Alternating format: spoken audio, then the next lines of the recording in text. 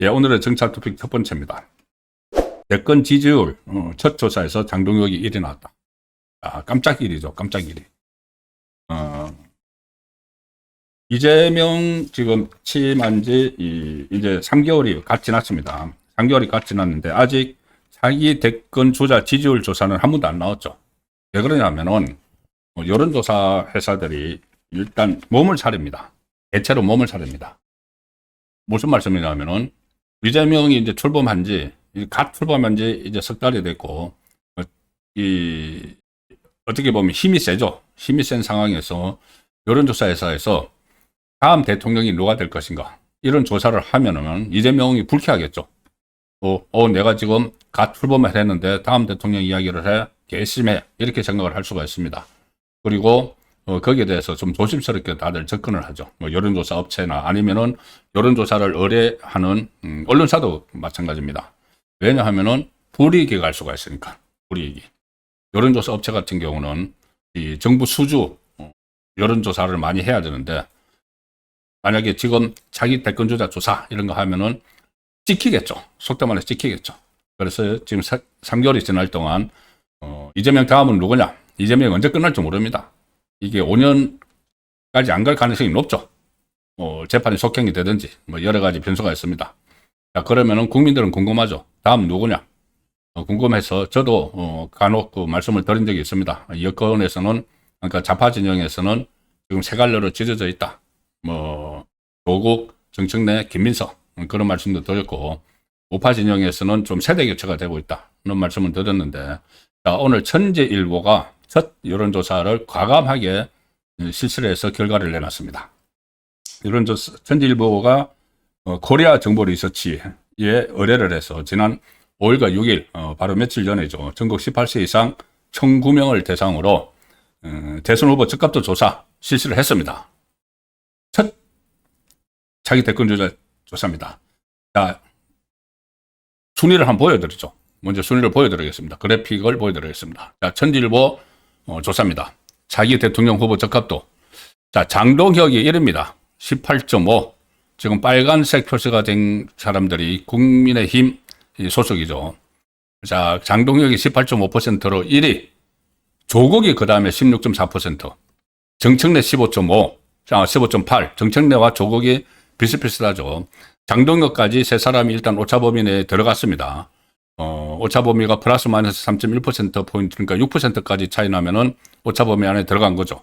자, 그런데 어쨌든 오차범위 안에 들어갔지만 장동혁이 지금 1위로 올라왔습니다. 아마 장동혁 그 전에 여론조사, 이번 조기 대선 전에 조사에서 한 번도 대상이 안 됐죠. 당연하게. 이제 재선이니까. 자, 근데 장동혁이 1위로 올라왔고, 이 국민의힘 주자들을 보면 그 다음에 오세훈, 김문수 두 사람이 거의 똑같습니다. 6.7, 6.6. 그런데 한 3배가 장동혁 후보가 더 많죠. 참고로 이 수치는 그러니까 국민의힘 지지층도 들어가 있고 민주당 지지층도 들어가 있고 무당층도 다 들어가 있는 일반 국민 다 포함된 조사입니다. 그리고 이준석이 5.0, 김동연 경기지사가 4.1, 안철수 2.4 쭉 밑으로 내려갔죠.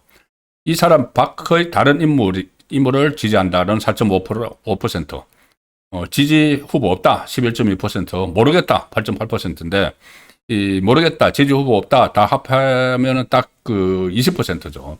그러니까 지금 여기 조사 중에서 하나 또 주목을 할 만한 것이, 자, 이제 이재명 3개월 됐는데 지지자들을 거의 다 선택을 했다는 겁니다. 보통 이 시점에 조사를 하면은 없음, 모름이 굉장히 많이 보통 굉장히 많이 나옵니다.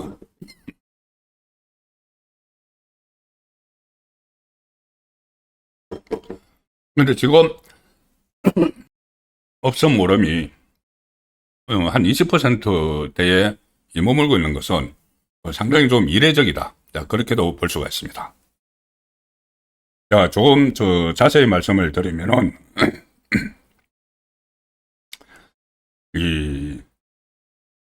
가장 중요한 것은 지금 이제 일반 국민 전체를 대상으로 한 여론은 이제 저렇게 나왔고, 중요한 것은 그러면 이 국민의힘 지지층을 따로 떼놓고 보면은 어떤가? 이 부분이 중요하죠. 국민의힘 지지층의 선택을 받아야지 일단 대선 후보가 될 수가 있는 것이죠. 자, 당내 경선이 있기 때문에.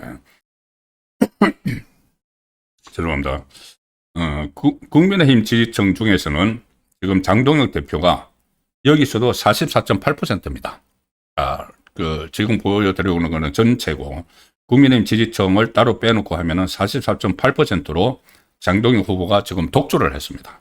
그리고 김문수 전 지사가 15.4%, 오세훈 시장이 14.8%, 여기서도 김문수, 오세훈 두 사람은 15%대로 비슷하고, 장동혁 후보가 44.8로 지금 독주를 하는 상황입니다. 지금 보여드리고 있는 그래프는 이 전체 유권자고, 국민의힘 지지층만 따로 떼놓고 보면은 장동혁 대표가 43.8%까지 받는다. 거의 뭐 50% 가까이 가는, 자, 그런 상황이 되고 있죠.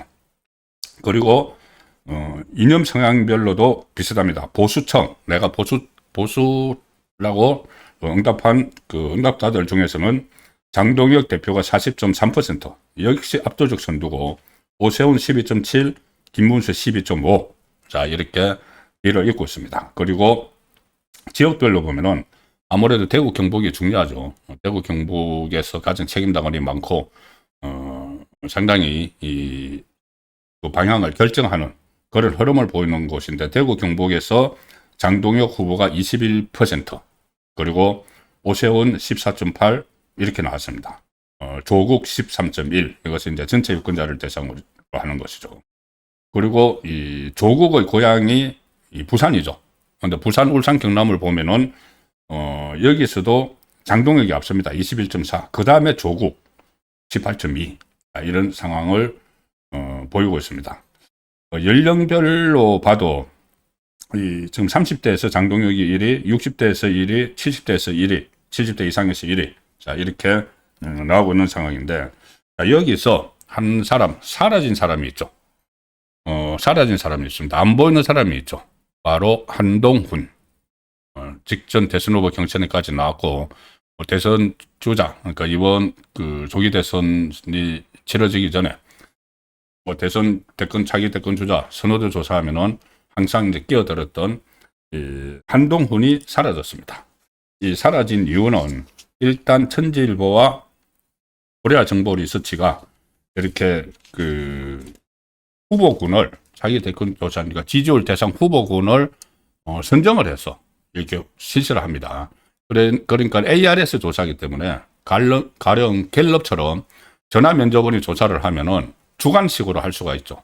내가 지지하는 후보가 아무개다 대답을 할 수가 있는데, ARS 조사를 하니까는 샘플을, 표본을 이렇게 제시를 합니다. 후보자들을 제시를 해서 이게 이제 순서를 계속 이제 교차로 해서 이렇게 물어보죠.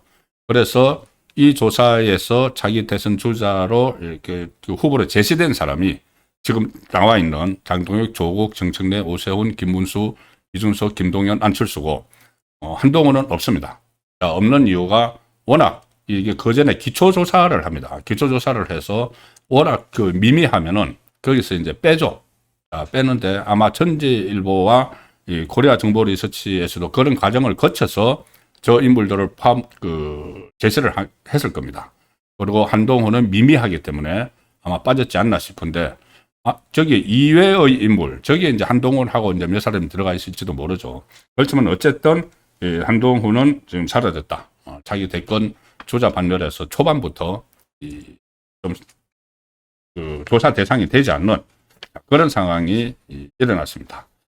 한동훈은 지난번 전당대회를 거치면서 점차 이제 소멸이 되고 있다는 말씀을 제가 들었죠. 한동훈과 한동훈계, 친한계는 소멸이 되는 단계로 갔고, 여기 제가 1월 5일 정가 뒷담화에서 전해 드렸다시피 장동혁 대표가 한동훈과는 완전히 결별 선언을 했습니다. 결별 선언을 했죠. 연합뉴스와 인터뷰를 하면서 본인을 그때 대선 대표 결선에서 김문수를 차악, 그리고 장동혁을 최악, 그래서 한동훈이 이렇게 김문수 지지 선언을 했죠. 그런 것을 두고 한동혁 대표가 나를 최악이라고 하는 사람과 어떻게 같이 정치를 할 수 있느냐, 같이 해나갈 수 있느냐. 그래서 사실상 완전한 결별 선언을 했습니다. 동행 가능성을 사실상 차단하는 강경 모드로 돌았었는데, 연합뉴스 인터뷰에서 전당대회 과정에서 저를 최악이라고 표현한 분과 어떤 통합을 하고 어떤 정치를 함께 할 수 있겠느냐, 이렇게 직격탄을 날렸습니다. 그리고 특히 한동훈을 지지하는 분들이 무차별적으로 저를 비난을 하고 모욕하고 배척하는 상황에서 어떻게 정치 행보를 같이 할 수 있겠는가. 그래서 공존 불가를 선언을 했습니다. 한동훈은 물론이고 신한계와도 공존할 수 없다, 이렇게 선언을 했습니다. 그리고 이유를 설명을 합니다. 물론 그 전에 이 탄핵에 대해서 입장이 달랐죠. 원래 이 한동훈 비대위 체제에서 장동혁 대표가 사무총장도 하고, 그 다음에 한동훈 대표와 러닝메이트로 경선에 출마를 해서 수석 최고위원도 되고 했는데, 탄핵 국면에서 장동혁 대표는 윤석열 전 대통령을 탄핵을 하면은 그 이후에 벌어질 일들이 뻔하다. 그 전에 박근혜 전 대통령 탄핵할 때 이 장동혁 대표가 판사로서 국회에 파견 나가서 근무를 하면서 그 상황을 지켜봤다는 겁니다. 그 과정을 종국권의 혼술에 출연을 해서 장동혁 대표가 한번 쭉 설명을 한 적이 있죠. 그래서 탄핵에는 절대 탄핵 예선하면 안 된다, 이렇게 하는 그 과정에서 한동훈과 이제 결별을 했고, 지금은 이제 처지가 거꾸로 해서 당권을 잡고 있죠. 그 상황에서 한동훈과 결별 선언을 했는데 이유가 있습니다. 그 이후에 딱 그 탄핵의 찬성 반대뿐이 아니고 지금 앞으로도 같이 할 수 없는 이유. 하나는 당원 게시판 문제입니다. 당원 게시판. 그때 한동훈 쪽에서 가족들 명의로 윤석열 전 대통령 부부를 인신공격을 막 하는 그 문제가 지금 매듭이 되지 않았죠. 그래서 그것도 풀어야 되고, 그게 풀게 되면은 그때 한동훈은 본인이 대표로 있으면서 그것을 아예 묵살을 했습니다. 그래서 그 부분도 다시 언젠가는 이제 풀어야 되는 그런 부분이고, 또 하나는 조금 전에 한동훈 전 대표를 지지하는 분들이 무차별적으로 저를 비난하고 모욕하고 배척하는 상황에서 어떻게 정치 행보를 같이 할 수 있겠느냐, 이렇게 이야기를 했죠. 그런데 그것이 그냥 단순한 지지자분들이 뿐만이 아니고 친한계를 이야기합니다. 그리고 이 친한계 정치인들, 그리고 현역 국회의원은 아니더라도 방송에 패널로 나가는 사람들이 있죠. 친한계 중에서 패널로 나가는 사람들이 많이 있는데, 그 사람들이 방송 출연을 해서 이재명에 대한 공격보다는 오히려 내부 장동혁 대표에 대한 공격을 더 많이 한다. 그런 그 문제를 제기를 했습니다. 장동혁 대표가 이런 말을 했습니다. 방송에서 의견을 가장해서 당에 해를 끼치는 발언을 하는 것도 해당 행위다. 굳이 여기서 뭐 친한계라고 이야기를 하지 않았지만은 한동훈 개와의 결별을 선언을 하면서 이런 이야기를 하는 겁니다. 방송에서 자기 의견을 가장해 당에 해를 끼치는 발언을 하는 것도 해당 행위다. 당원이면서 국민의힘 명찰을 달고 패널로 나간 분이 그렇게 하는 경우 제명을 포함해서 가장 강력한 조치를 하겠다. 방송 나가면은 저도 뭐 토론 방송에 출연하지만은 앵커가 있고 1대1 아니면 2대2 이렇게 해서 토론을 진행을 하죠. 그런데 섭외를 하는 과정에서 여기 좌파 쪽 패널들은 장동혁 대표도 그런 이야기를 했지만은 원내에 있는 사람이건 원외에 있는 사람이건 똑같은 이야기를 합니다. 계속 이재명을 뭐 무조건적으로 두둔하고 윤석열 전 대통령 그리고 국민의힘을 막 공격하나 똑같이 하죠. 그런데 우파 패널로 나간 사람들 중에는 이재명을 공격하기보다 오히려 장동혁 그 체제를 공격을 하고, 또는 이 윤석열 전 대통령 부부에 대해서 특검이 그 브리핑하는 수사, 그것을 기정사실화 해가지고 막 공격을 합니다. 그런 부분이 지금 기울어져 있는 운동장이 돼버렸다는 이야기죠. 그래서 국민의힘 당원이 지금 그 패널들 중에서 당원이 많죠. 국민의힘 당원이 국민의힘 명찰을 달고 나가서 국민의힘 몫으로 나가서 그러니까 그 우파 진영 몫으로 나가서 해당 행위를 하는 발언을 하면은 제명까지도 검토를 하겠다. 저는 이게 친한계를 겨냥을 했다고 보고 있는 것이죠. 자, 그리고 민주당 이런 이야기를 하네요. 민주당 패널은 강동혁 대표 이야기입니다.